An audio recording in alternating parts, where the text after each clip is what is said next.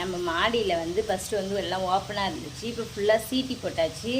அந்த குரங்கு அமக்கலம் தாங்கலாம் தான் சீட்டி போட்டோம். அதனால் அந்த குரங்கு பண்ணுற அமக்கலத்தை பாருங்களேன், வாங்களேன்.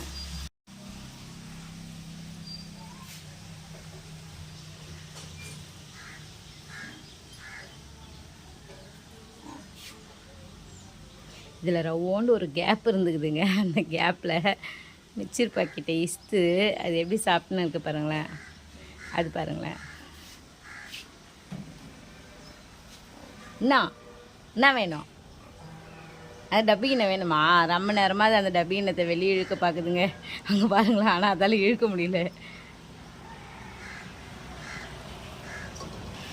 சுற்றி இது மாதிரி சீட்டி போட்டாச்சுங்க. மேலே சீட்டி போட்டுட்டு சுற்றி இது மாதிரி நம்ம ஜல்லடை மாதிரி இருந்துச்சு, அதெல்லாம் வாங்கிட்டு வந்து அடிச்சாச்சுங்க. ரொம்ப நேரமாக அந்த குரங்கு அந்த டப்பிங்கிட்ட ட்ரை பண்ணுது, ஆனால் எடுக்க முடியல. இங்கே பாருங்கள்.